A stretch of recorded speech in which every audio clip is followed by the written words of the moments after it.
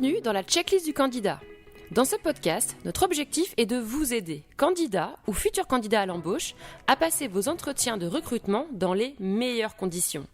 Simple, court et efficace. Tous nos conseils en 5 minutes pour y aller serein. Votre entretien d'embauche est terminé et votre mail de remerciement post-entretien est envoyé.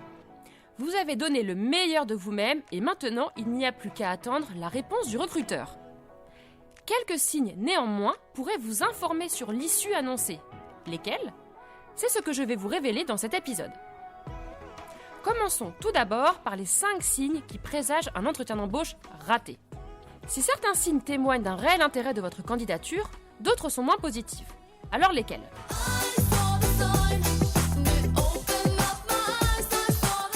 Le monologue. L'entretien est en théorie un échange entre deux interlocuteurs.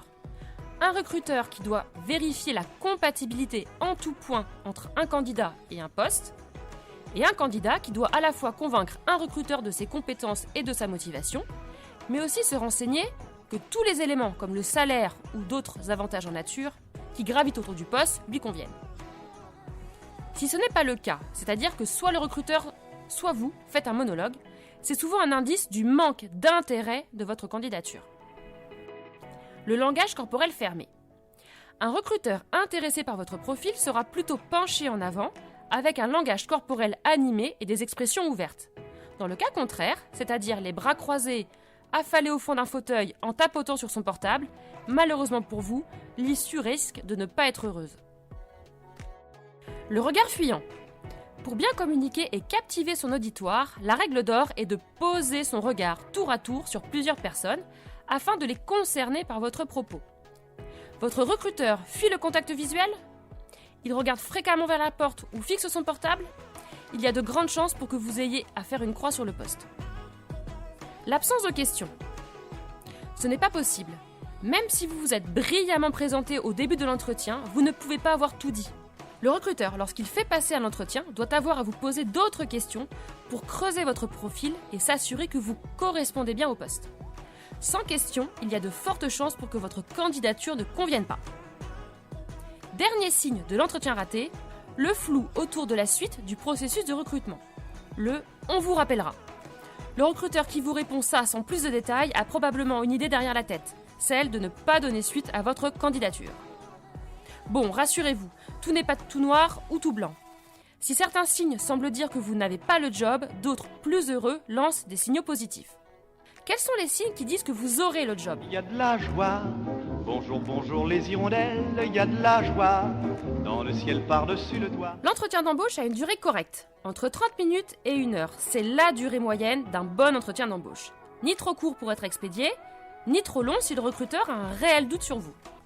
Le recruteur aborde avec vous toutes les questions pratiques, comme la durée de votre préavis, ou alors s'il est possible de le raccourcir ou non. Il vous projette concrètement dans le poste. Plus on s'éloigne des critères techniques, plus c'est bon signe. Si le recruteur aborde l'ambiance dans l'équipe ou la personnalité de votre futur manager, c'est probablement qu'il n'a aucun doute sur l'adéquation de vos compétences avec le poste à pourvoir. Le recruteur vous interroge sur vos autres candidatures en cours. Voici un signal très positif. Vous êtes probablement en bonne voie d'être retenu et voilà maintenant qu'on s'inquiète car vous pourriez leur filer entre les doigts. Si votre réponse est positive, il ne tardera probablement pas à vous rappeler pour vous embaucher ou vous proposer de continuer le process. Car il sait que vous pourriez accepter un job ailleurs.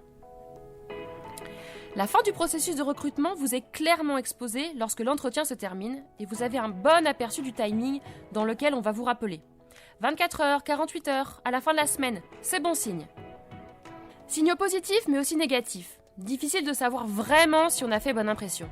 Dans tous les cas, les dés sont maintenant jetés et nous croisons les doigts pour qu'on vous rappelle très rapidement.